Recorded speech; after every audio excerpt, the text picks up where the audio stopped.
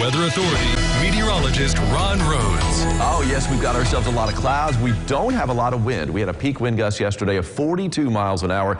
Not the case today. We're going to be seeing these winds, in the 5 to 10 mile per hour range. That's doable, but the wind is going to ramp back up tomorrow and also on Wednesday. A warmer wind tomorrow and a much colder wind on Wednesday as we have the thunderstorms moving in tomorrow night, and they could be severe. We'll take a look at that, the timing of that, coming up here in a minute. Right now, we're looking at what's going on right now in downtown Owensboro. That is the roofclaim.com camera. Big old barge working its way underneath the Blue Bridge as it's heading downriver toward Evansville. And now we're taking a look at the Henderson Twin Bridges there. Highway 41, a whole lot of southbound traffic, a little bit of northbound traffic, all 4 lanes open for business. That's a good thing right there. Hey, what's this out here? Oh my goodness, that's not the LST. That other little barge got like some kind of little crane on it. That's a cool little deal. I wonder if that's a towboat for like boats out in the water. That looks kind of neat, doesn't it? But I know it's a towboat pushing some big old thing. It looks like it's got a crane on it. That's our Superior Ag camera on top of Fifth Third Bank. So big doings downtown Evansville. 46 degrees. We've got a wind that's kicked up just a little bit from the south-southwest at 5 miles an hour. As we look at the temperatures across the board, all of us in the 40s, at least here in the tri-state. It is 50 in Morgantown, just outside the tri-state. 49 though in Madisonville, 48 Beaver Dam, 46 Santa Claus and Tell City, 46 in Jasper, 46 Princeton, 46 in Carmi. A lot of 46s out there, and Owensboro's at 46 along with Vincennes. So there you go. Yeah, mid 40s, mid to upper 40s for the most part, and we're going to nose our way into the low 50s, banking on a little bit of sunshine. I'm not expecting a lot, but I am expecting a little. Had a little bit of fog this morning. Not the case now. Look at this awesome sunrise from Dale, Indiana. This was over the weekend on Saturday morning, and man, it was a beauty in Dale. And we had a little frost out there too that just added to it. That's a pastel sky. Love the water tower silhouetted up against that sky too. Kind of makes it right there. Awesome.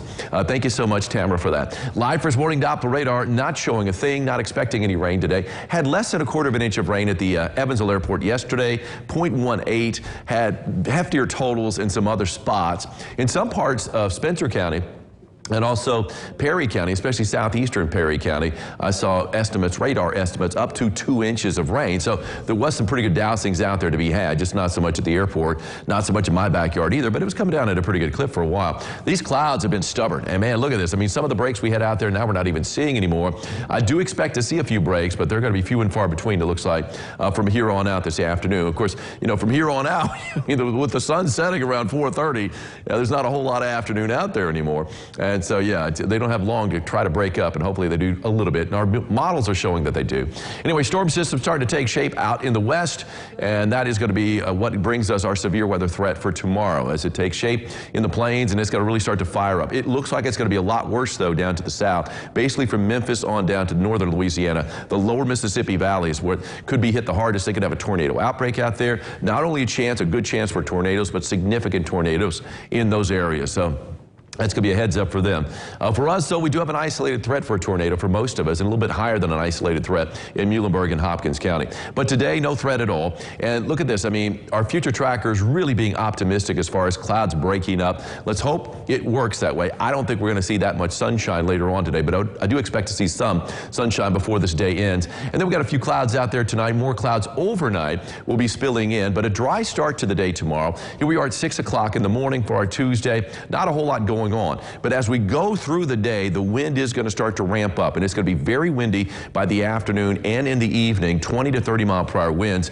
And they're going to be warmer winds, warming us up into the low to mid 60s. By mid to late afternoon, maybe an isolated thunderstorm or two, mainly just some scattered showers out there. But the bigger deal is going to come tomorrow night. And basically between 8 o'clock in the evening to 2 o'clock in the morning is when I'm expecting it. That 6-hour window. You can see some of the thunderstorms really starting to fire now at 8 o'clock tomorrow. And then you got the thunderstorms breaking up, some scattered about. That is as we head toward midnight. This is the cold front. And once that front, you see that west of the Wabash, pushes through, the severe threat's pretty much over with. And it's going to transition more to the east. And I think by 2 o'clock, that severe threat is gone. And most of the rain is gone by then, too. I will say this, though. We're going to get some wraparound around clouds first thing in the morning. I would not be surprised if around 5, 6 o'clock we saw a few flakes of snow with some of that wraparound as some colder air, much colder air, starts to work its way in as we head into Wednesday. But this is what's looking like for tomorrow night. Marginal risk for severe weather for most of the tri-state. Last night, that slight risk was up along the Ohio River. It's been pushed down a little bit, but still includes some counties here in the tri-state,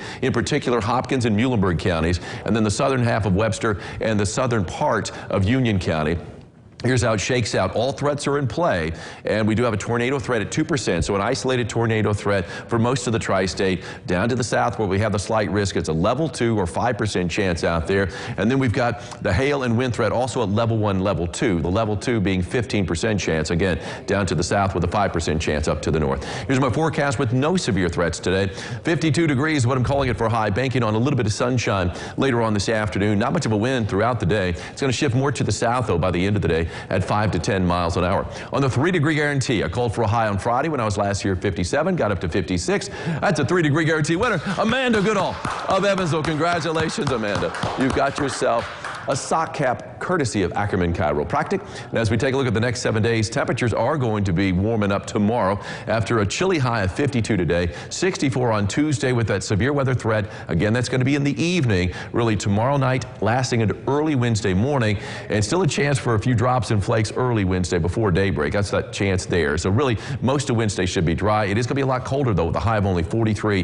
First day of December, Angie, is going to be on Thursday, 39 degrees with a morning low of 21. It's definitely going to feel like December, but we bounce back the first weekend of December. We're going to be in the 50s. That ain't bad. And with a slight chance of rain, looks like that's going to be around daybreak. So you sleep in on Saturday, you may not even see any rain whatsoever. So that's going to be pretty good. I love that you put a positive spin on it. Thank you. After what we're going to go through tomorrow night, I mean, the chill we're going to have after that. Look at this. Is wow. this not a gorgeous sunrise? That is gorgeous. This is Cave in Rock, Illinois. This was Saturday morning. You could see the frost on the ground. Almost looks like snow because it was such a heavy frost. And that shot was taken by Rachel Kruger. Cave in Rock, beautiful sunrise on Saturday. So if you missed it, that's okay. Rachel got it, and she got a good one. Good job. When we come back, Eric is here. We're going to talk sports 2023.